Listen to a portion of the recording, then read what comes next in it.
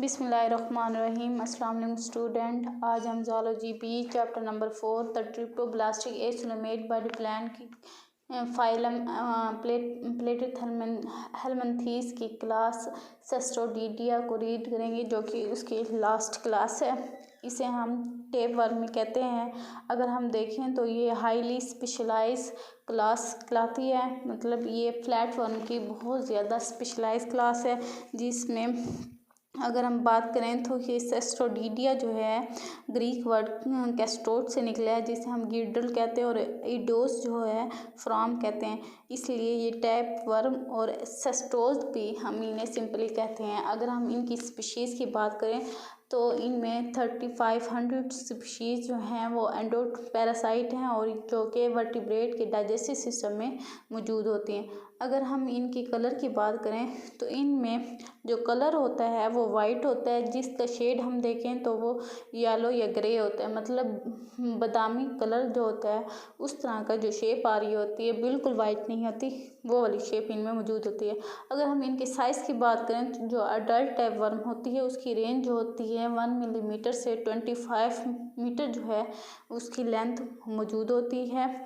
अगर हम इनमें यूनिक पैरासिटिक अडॉप्टेशन देखें तो इनमें एब्सेंस ऑफ माउथ और डाइजेस्टिव ट्रैक होता है। मतलब इनमें जो डाइजेस्टिव ट्रैक और माउथ जो होता है वो तमाम लाइफ साइकिल स्टेजेस में एब्सेंट होती है। तो फिर ये न्यूट्रिएंट्स जो होते हैं, न्यूट्रिएंट्स या खुराक जो है वो अपने बॉडी वाल में डायरेक्टली अब्जॉर्ब करते हैं। मतलब उनको अब्जॉर्ब करने के लिए इनका में कोई ऑर्गन मौजूद नहीं होता है, ये डायरेक्टली अब्जॉर्ब कर रहे होते हैं। अगर हम इनमें देखें तो इनमें कम्प्लेक्स रिप्रोडक्टिव सिस्टम पाया जाता है। कम्प्लेक्स मतलब अडल्ट टैप वर्म जो होते हैं उनमें long series of repeating unit मौजूद होते हैं, जिन्हें हम प्रोग्लोटिड्स का नाम देते हैं। प्रोग्लोटिड्स जो होते हैं उनमें complete set of reproductive structure जो होती है मौजूद होते हैं। मतलब एक प्रोग्लोटिड में complete set of reproductive system मौजूद होता है, इसलिए इनमें जो है कम्प्लेक्स रिप्रोडक्टिव सिस्टम मौजूद होता है। अगर हम इनकी फिजियोलॉजी देखें तो फिजियोलॉजी ऑफ टैप वर्म में ये एंडोपैरासाइट होने के साथ साथ जो अडल्ट टैप वर्म जो हैं वो स्टेबल इन्वायरमेंट में रहते हैं, और इनमें वर्टिब्रेट इंटेस्टिनल ट्रैक्ट जो है उनमें कुछ इन्वायरमेंटल वेरिएशन आ गई है, जिसमें जो है इनको डेवलपमेंट ऑफ ग्रेट एनाटॉमिकल और फिजियोलॉजिकल कॉम्प्लेक्सिटी जो है एक सिंगल बॉडी टैप वर्म में रिक्वायर है। मतलब अभी भी इनमें फिजियोलॉजिकल और एनाटॉमिकल डेवलपमेंट की ज़रूरत मौजूद है। अगर हम देखें तो इनमें लॉस ऑफ सम स्ट्रक्चर, कुछ स्ट्रक्चर जो होती हैं इनमें एब्सेंट होती हैं, जो कि पिछले जो है प्रीवियस जो टर्बुलेरियन थे उनमें मौजूद थी, इसमें आके वो एब्सेंट हो गए हैं।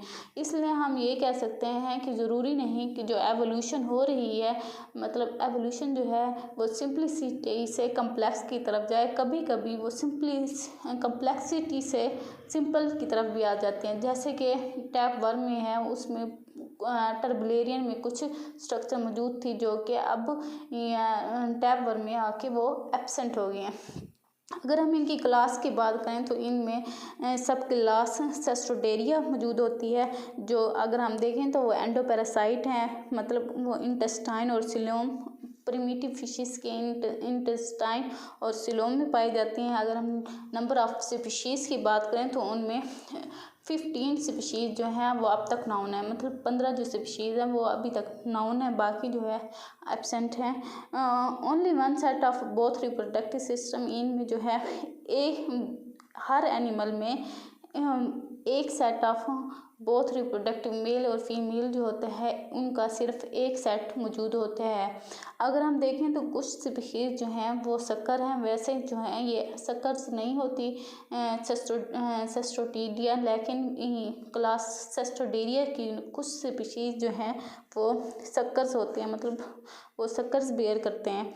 एब्सेंस ऑफ प्रोग्लोटिड्स जो है इनमें, मतलब वो ऐसी बॉडीज जो कि डिवाइड नहीं होती, वो प्रोग्लोटिड में एब्सेंट एब्सेंट होती है, जो कि दूसरे सेस्टोडिया है उसमें प्रेजेंट होती है। अगर हम इनकी एफिनिटीज़ देखें विद अदर सेस्टो के साथ, तो मतलब इनमें कुछ ऐसे करैक्टर हैं जो कि फाइलोजेनेटिक एफिनिटीज़ हैं विद अदर सेस्टोर्स। तो इनमें एब्सेंस ऑफ डाइजेस्टिव सिस्टम है, मतलब इनमें जो डाइजेस्टिव सिस्टम होता है वो एब्सेंट होता है। इनमें प्रेजेंस ऑफ लार्वा स्टेज जो है वो सेस्टोर्स के साथ मैच हो रही होती है। इनमें पैरेन्काइमल मसल सेल जो है वो प्रेजेंट होते हैं, जो कि दूसरे प्लेटीहेल्मिन्थीज जो हैं उनमें एब्सेंट होती है। अगर हम सब क्लास यूएस्टेडिया की बात करें तो सब क्लास यूएस्टेडिया जो है इसकी सेकंड मतलब क्लास है, जिसे हम ट्रू टैप वर्म कहते हैं। मतलब ये ट्रू टैप वर्म होते हैं। इनमें अगर हम देखें तो तमाम सेस्टोर जो होते हैं वो यूएस्टेडिया के साथ बिलोंग करते हैं, इसलिए हम इन्हें ट्रू टैप वर्म भी कहते हैं। अगर हम इनकी हाई डिग्री ऑफ स्पेशलाइज देखें तो ये किसी भी पैरासिटिक एनिमल में मतलब पाए जा सकते हैं। इनकी जो है बॉडी डिवीजन ऑफ बॉडी जो है उसको हम 3 पार्ट्स में डिवाइड करते हैं। फर्स्ट पार्ट जो है स्कोलेक्स है। स्कोलेक्स जो है वन एंड जिसे है होल्ड फास्ट स्ट्रक्चर, मतलब किसी भी चीज़ से चिपकने वाली जो स्ट्रक्चर्स जो होती हैं उन्हें हम स्कोलेक्स कहते हैं, जो कि सर्कुलर और लीफ लाइक सकर जो होते हैं वो बेयर्स करते हैं। और इसमें कभी कभार जो है रोस्टोलम जो है वो भी मौजूद होता है। रोस्टोलम जो है यहाँ पे मौजूद होता है। यहाँ पे ये हुक है, ये सक्कर्स है और ये स्कोलेक्स जो है ये है। उसके बाद जो है इनकी नेक मौजूद होती है। स्कोलेक्स जो है वो इनको किसी भी ऑर्गेनिज्म के साथ या होस्ट के साथ अटैच होने में हेल्प करता है। अगर हम स्कोलेक्स का फंक्शन देखें तो ये टैप वर्म को फर्मली एंकर्स करता है किसी भी इंटेस्टिनल वाल के साथ, अपने होस्ट के वर्टिब्रेट होस्ट जो होते हैं उनके साथ अटैच करने में हेल्प आउट करता है। और इनमें जो माउथ जो होता है वो एब्सेंट होता है, मतलब इनमें कोई भी माउथ नहीं होता। अगर हम सेकंड पार्ट की बात करें, सेकंड पार्ट जो है इनमें नेक मौजूद होती है। नेक जो है वो पोस्टीरियरली होती है, जो स्कोलेक्स से नीचे होती है और जो कि नैरोज होती है। मतलब स्कोलेक्स से नीचे जो बॉडी आती है वो थोड़ी सी नैरोज होती है, जो कि नेक बनाती है। उसके बाद जो है स्ट्रोबिला होता है, जो कि ट्रांसवर्स कंस्ट्रिक्शन जो होती है उनमें नेक में गिव राइज हो के वो बॉडी की थर्ड स्ट्रक्चर बनाती है, जो कि स्ट्रोबिला कहलाती है। स्ट्रोबिला जो है स्ट्रोबिलस से निकला है, जिससे हम लीनियर सीरीज का नाम देते हैं। मतलब इनमें जो लीनियर सीरीज मौजूद है वो स्ट्रोबिला कहलाती है। अगर हम देखें तो स्ट्रोबिला जो है उसमें सीरीज ऑफ लीनियरली अरेंज जो है प्रोग्लैटिड जो होते हैं वो प्रेजेंट होते हैं। स्ट्रोबिला जो अगर हम इसका फंक्शन देखें तो ये रिप्रोडक्टिव यूनिट्स भी कहलाते हैं, क्योंकि प्रोग्लैटिड जो है हमने पहले भी बात की है वो रिप्रोडक्टिव रिपीटिंग यूनिट्स कहलाते हैं, इसलिए ये रिप्रोडक्टिव यूनिट्स होते हैं। एज अ टेप वर्म जो है ये ग्रोथ करते हैं, तो न्यू प्रोग्लैटिड जो होते हैं वो नेक रीजन के साथ ऐड होते जाते हैं। जो ओल्डर प्रोग्लैटिड जो होते हैं वो पोस्टीरियरली मतलब पीछे की तरफ मूव करते जाते हैं और इस तरह जो है मैच्योर जो होते हैं वो एग प्रोड्यूस करते हैं। यहाँ पे अगर हम देखें तो इमैच्योर प्रोग्लैटिड मौजूद है, यहाँ पे मैच्योर प्रोग्लैटिड है और ये ग्रेविड प्रोग्लैटिड मतलब ग्रेविड में जो एग से मतलब फुल होते हैं उन्हें हम कहते हैं। और जब एंटीरियर प्रोग्लैटिड जो होते हैं उन्हें हम इमैच्योर मतलब जो नेक के साथ होते हैं उनके साथ अटैच होते हैं तो उन्हें हम इमैच्योर प्रोग्लैटिड कहते हैं। जो मिड रीजन जो होता है उसे हम मैच्योर प्रोग्लैटिड कहते हैं। जो पोस्टीरियर एंड मतलब पीछे की तरफ पाए जाते हैं उन्हें हम ग्रेविड प्रोग्लैटिड भी कहते हैं, जो कि एग को हैच करने के लिए रेडी होते हैं। मतलब सेकंड बॉडी जो है वो सब बॉडी पार्ट जो है वो टैगोमेंट है। टैगोमेंट जो होता है आउटर बॉडी वाल को कहते हैं टेप वर्म की, जिसे हम टैगोमेंट का नाम देते हैं। अगर हम इसकी स्ट्रक्चर की बात करें तो ये ट्रीमेटोड्स के साथ मैच हो रही होती है। ये न्यूट्रिएंट्स अब्जॉर्प्शन के लिए मतलब खुराक को अब्जॉर्ब करने में बहुत अहम किरदार अदा करती है, इसलिए जो टैप वर्म जो हैं उनमें डाइजेस्टिव सिस्टम नहीं होता, तो ये अब्जॉर्प्शन का जो अमल होता है वो टैगोमेंट्स के थ्रू हो रहा होता है। टेगुमेंट जो है इसके सेकंड फंक्शन हम ये भी समझ सकते हैं कि ये होस्ट के जो अपने एंजाइम होते हैं, मतलब जिस वर्टिब्रेट होस्ट जिसके साथ ये अटैच होते हैं, उनमें जो एंजाइम मौजूद होते हैं उनको भी ऑब्जॉर्व करके ये डाइजेशन का जो अमल होता है उसको प्रोसीड करते हैं।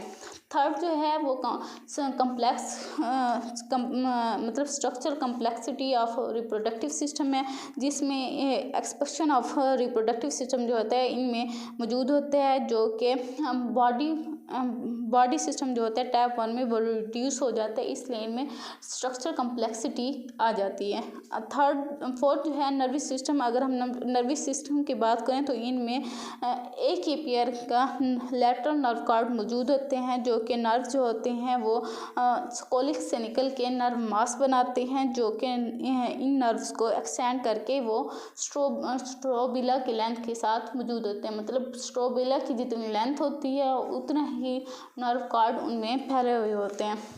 अगर हम एक्सक्रीटरी सिस्टम की बात करें तो इनमें प्रोटोनेफ्रिटिया जो होता है ये टाइप 1 की लेंथ के साथ जो होता है मतलब फैला हुआ होता है, ये उनकी पूरी बॉडी में मौजूद होते हैं। और प्रोटोनेफ्रिडियम जो है मतलब एक्सक्रीटरी सिस्टम को लीड कर रहे होते हैं।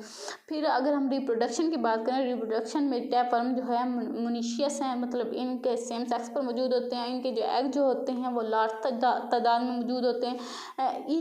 हर प्रोगैक्टिड जो है वो कंप्लीट सेट ऑफ मेल और फीमेल रिप्रोडक्टिव ऑर्गन्स होते हैं। मतलब एक प्रोगैक्टिव जो है उसमें मेल और फीमेल दोनों रिप्रोडक्टिव सिस्टम जो है वो मौजूद होते हैं। अगर हम मेल रिप्रोडक्टिव सिस्टम की बात करें तो मेल रिप्रोडक्टिव सिस्टम में फर्स्ट नंबर पे टेस्टिस आती हैं, जो कि पूरी प्रोलैक्टिड में ना फैले हुए होते हैं। और टेस्टिस जो हैं वो स्पर्म को डक्ट सिस्टम के थ्रू कोपलेटरी ऑर्गन तक लेके आते हैं, जिसे हम सीरस का नाम देते हैं। इस तरह जो है इनमें टेस्टिस जो है वो फैले हुए होते हैं पूरी प्रोगैक्टिड में, और ये डक्ट सिस्टम से होते हुए ये कोपलेटरी ऑर्गन तक आते हैं, जिसे हम सीरस कहते हैं। सीरस जो है वो जेनिटल पोल में ओपन होता है। जेनिटल पोल से ये ओपनिंग जो है वो फीमेल सिस्टम के साथ शेयर करते हैं।